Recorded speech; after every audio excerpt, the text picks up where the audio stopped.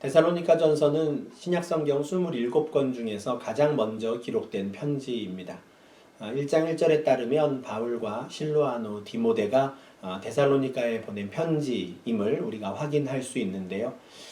바울이 데살로니가라는 도시에서 어떤 사역을 하였고 또 그가 그곳에서 어떤 일들을 겪었는가에 대해서는 사도행전 17장을 통해서 확인할 수 있습니다.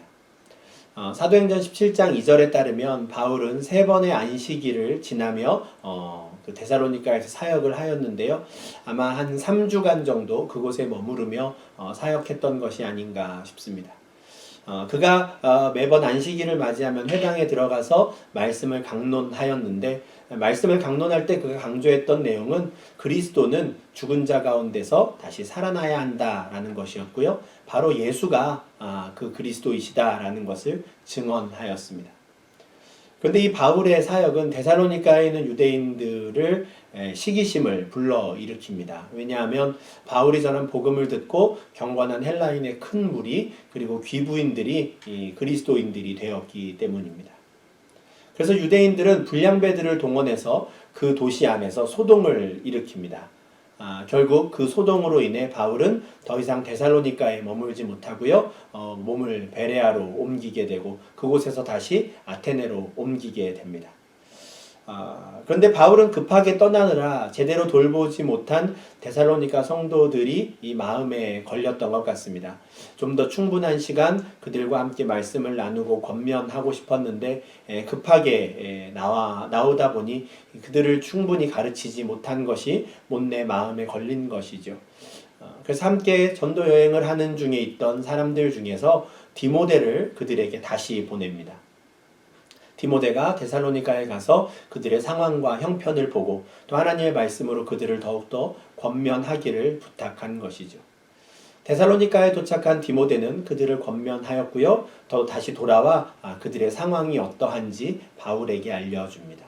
디모데가 다시 바울의 전도여행팀에 합류한 것은 고린도라는 곳이었는데요. 지금 이 편지는 바로 그 고린도에서 바울이 이 편지를 보내고 있는 것입니다. 3장 6절에서 바울이 지금은 디모데가 너희에게로부터 와서 저희 믿음과 사랑의 기쁜 소식을 우리에게 전해주었다라고 하는 그 말씀이 바로 이 내용을 가리킵니다. 그렇다면 디모데가 전해준 당시 데살로니가 성도들의 상황은 어떠했을까요? 참 감사한 소식을 바울은 듣는데요. 바울이 그들과 함께 머물렀던 시간은 3주밖에 되지 않지만 데살로니가 성도들이 바울이 전해준 그 복음 가운데 굳게 머물러 있었다라는 소식을 듣습니다. 그리고 1장 3절에서 바울이 감사하는 것처럼 그들이 믿음의 역사와 사랑의 수고 그리고 예수 그리스도에 대한 소망의 인내라고 하는 이 귀한 열매들을 맺고 있었습니다 라는 이야기를 들은 것이죠. 참 대단합니다. 더 놀라운 것은 데살로니가 성도들이 이런 귀한 열매를 맺을 때의 상황이 그저 편안한 상황이 아니었다라는 점입니다. 앞서 바울이 데살로니가를 급히 떠나야 했던 것은 유대인들이 그의 사역을 방해하였고 또 소동을 일으켰기 때문이다라고 말씀드렸는데요.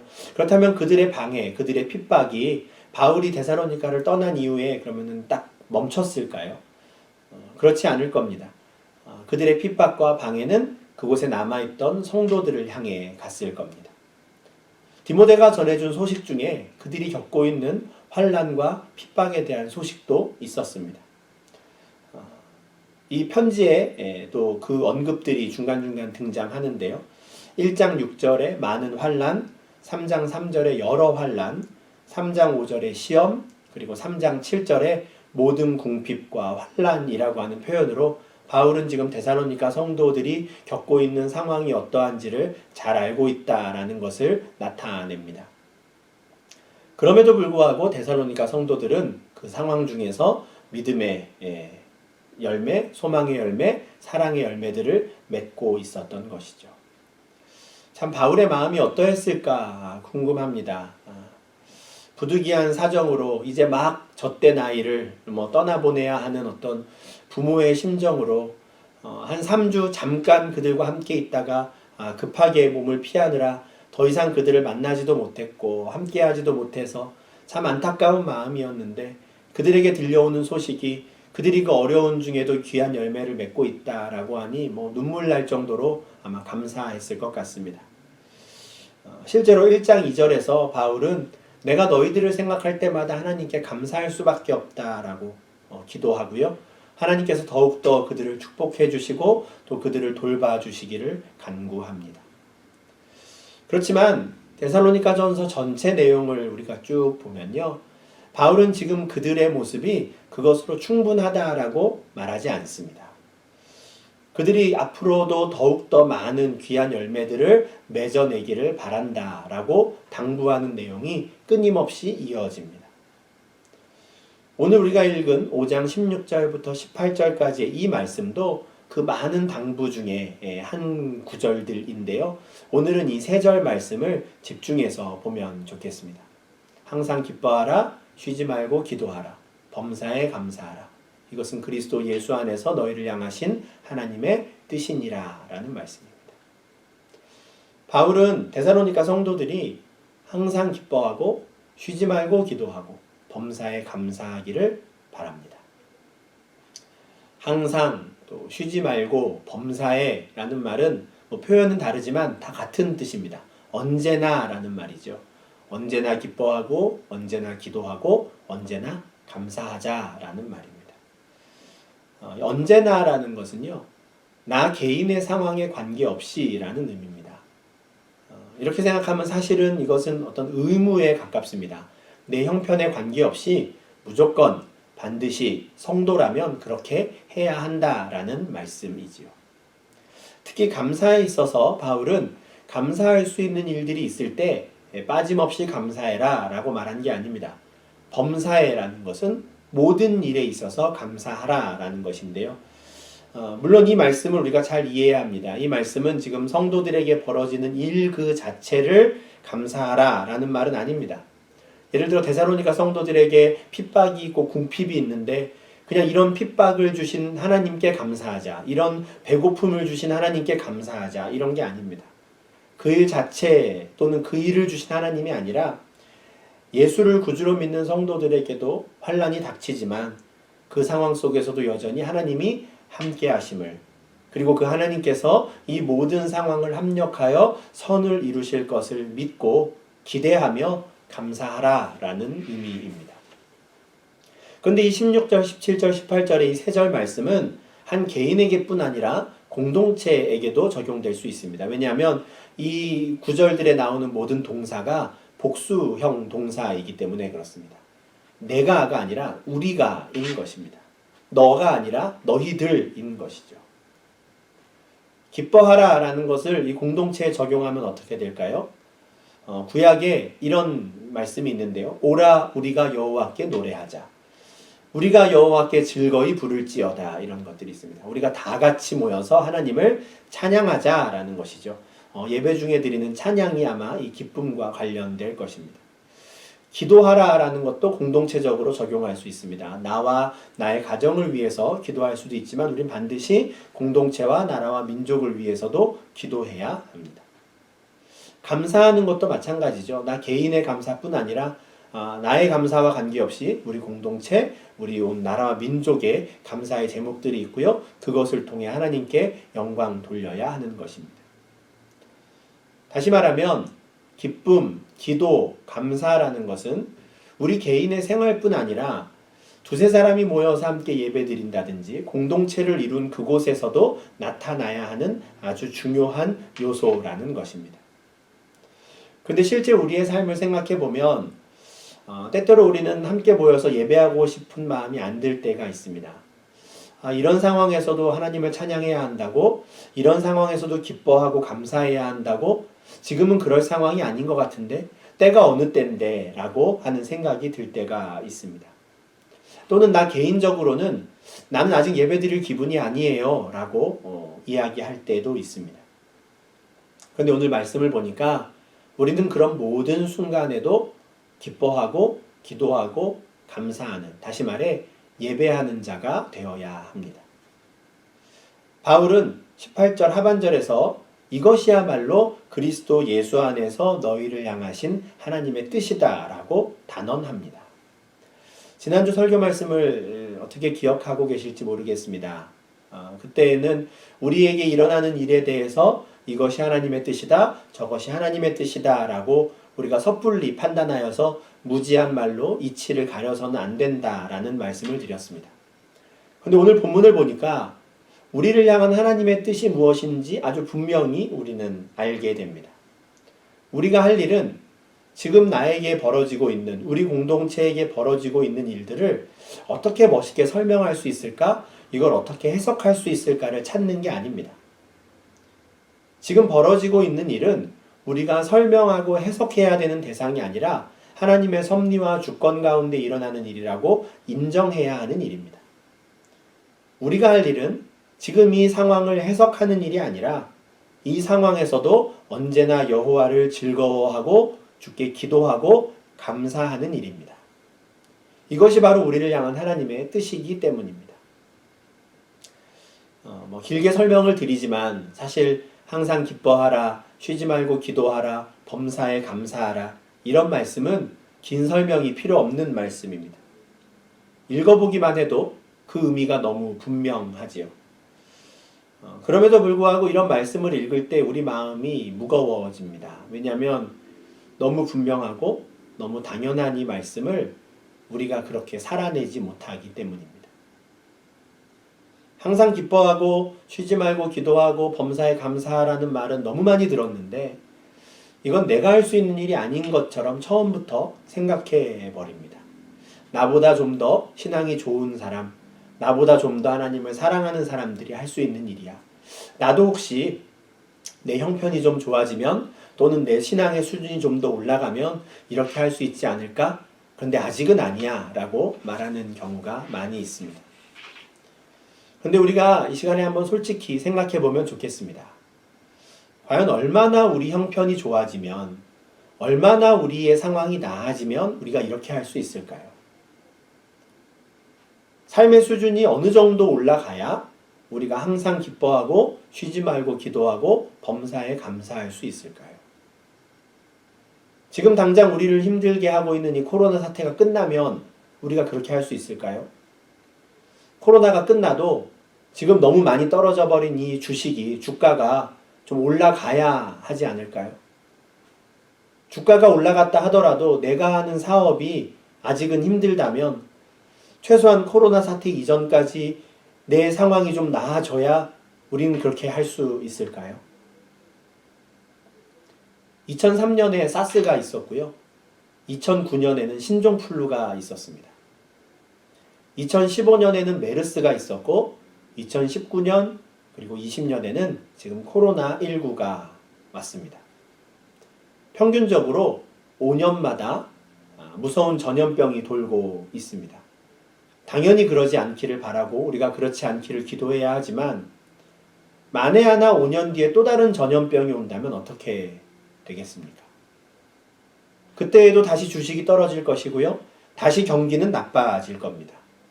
여전히 우리는 항상 기뻐하고 쉬지 말고 기도하고 범사에 감사할 수 있는 여건과 형편이 될 때까지 계속 기다려야 할까요? 그렇지 않습니다. 우리를 향한 하나님의 뜻을 이루기 위해서 먼저 이루어져야 하는, 먼저 선행되어야 하는 삶의 수준이나 형편이라는 것은 없습니다. 만약에 그런 것이 있었다면 지금 바울은 데살로니가 전서를 통해서 그곳에 있는 성도들에게 이런 권면을 하지도 않았을 겁니다. 바울은 그곳에 있는 성도들이 얼마나 안 좋은 형편에 있는지, 데살로니가의 유대인들이 얼마나 악독하게 그들을 박해하고 있는지 누구보다도 잘 알고 있는 사람이었습니다.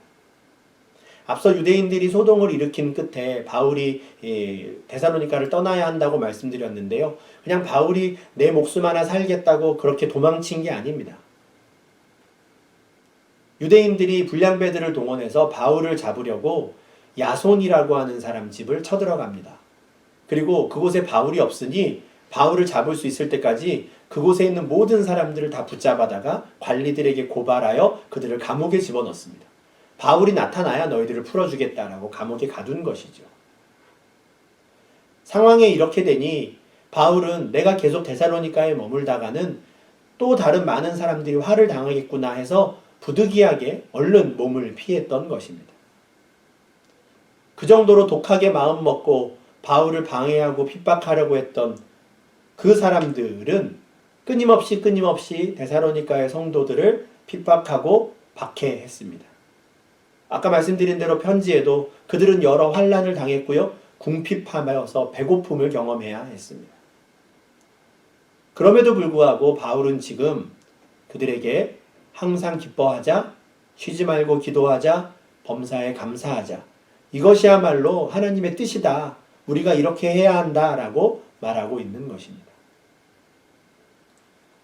인간적으로 생각하면 누구보다도 그 사람들의 형편을 잘 알고 있으면서 이렇게까지 말하는 게 좀 심한 것 아닌가 생각할 수도 있지만 바울이 이런 권면을 할 수 있었던 것은 이렇게 하기 위해서 먼저 해결되어야 하는 어떤 개인의 삶의 형편이란 것은 없다라고 생각했기 때문입니다.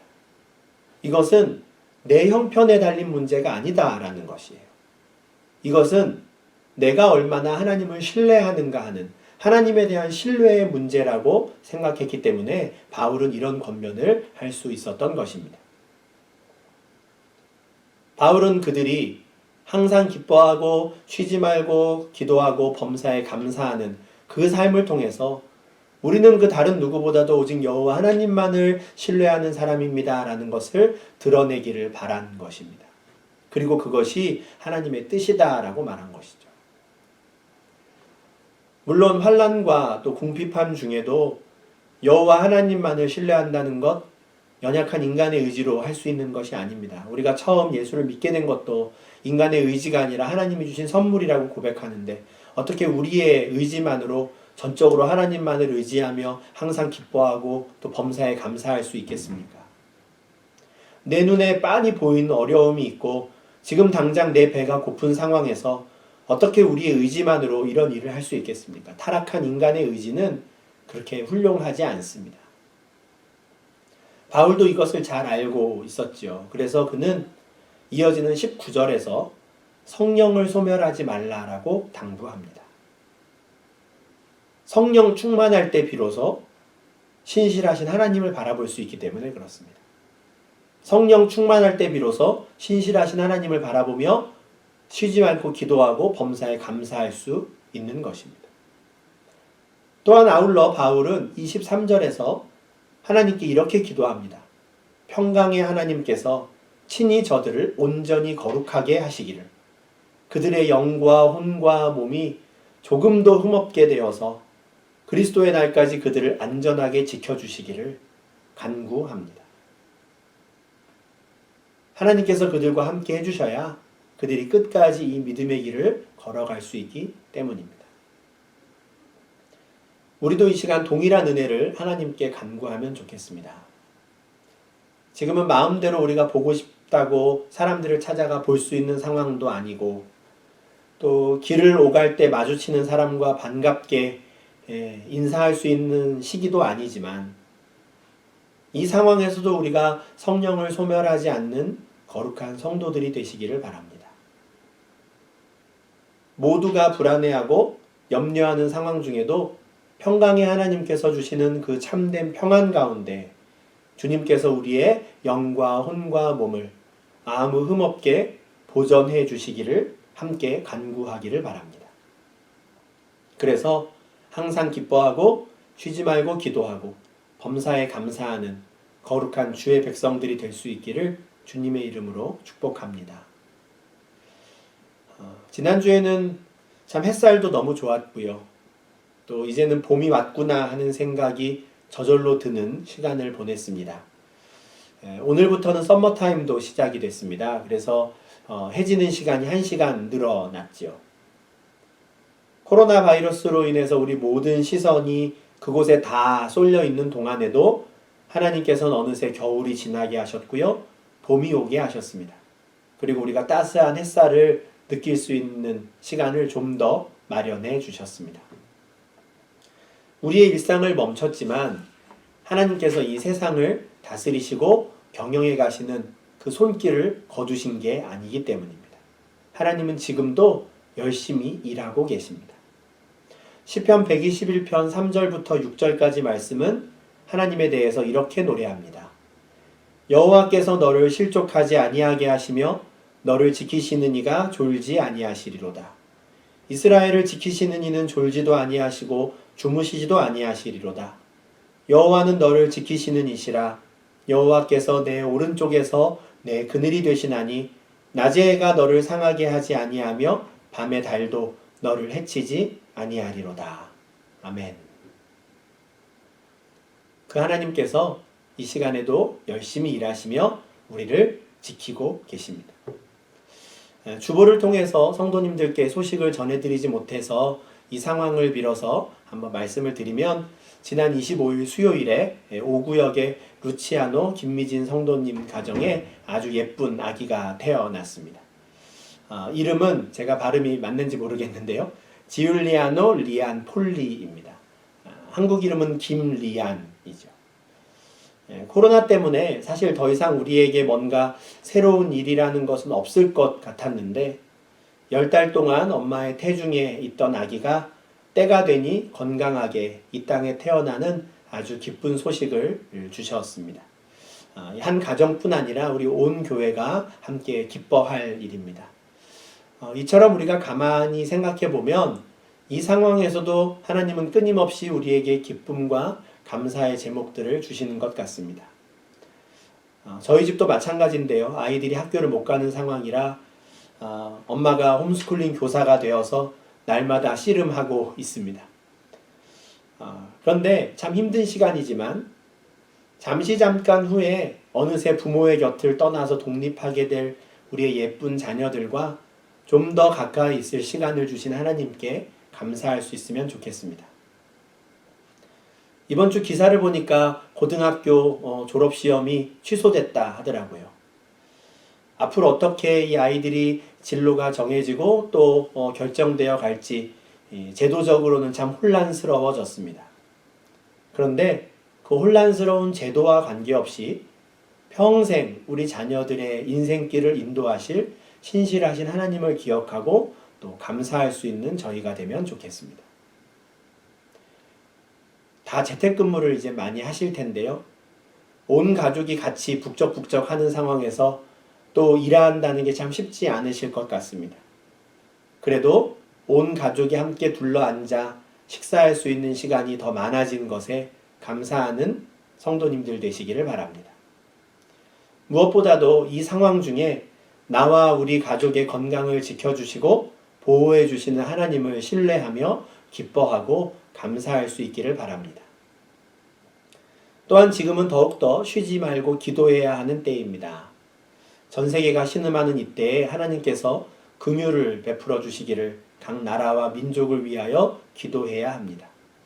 하박국 선지자가 기도한 것처럼 하나님께서 진노 중에라도 긍휼을 베풀어 주시기를 이 시간 함께 기도하시면 좋겠습니다. 이 시기에 아주 중요한 정책을 하나하나 결정해야 하는 각 나라의 지도자들을 위해 기도해 주시고요. 현장에서 사투를 벌이고 있는 의료진들을 위해서 기도해 주십시오. 전염병으로 인해 고통받는 환자들 또 그들의 가족들을 위해 기도해야 하고요. 더 이상 이 질병이 확산되지 않도록 우리는 쉬지 말고 기도해야 합니다. 제가 말씀드린 기도의 제목, 감사의 제목, 또 기쁨의 제목 외에도 더 많은 제목들, 또 기쁨과 감사의 내용들이 있을 겁니다.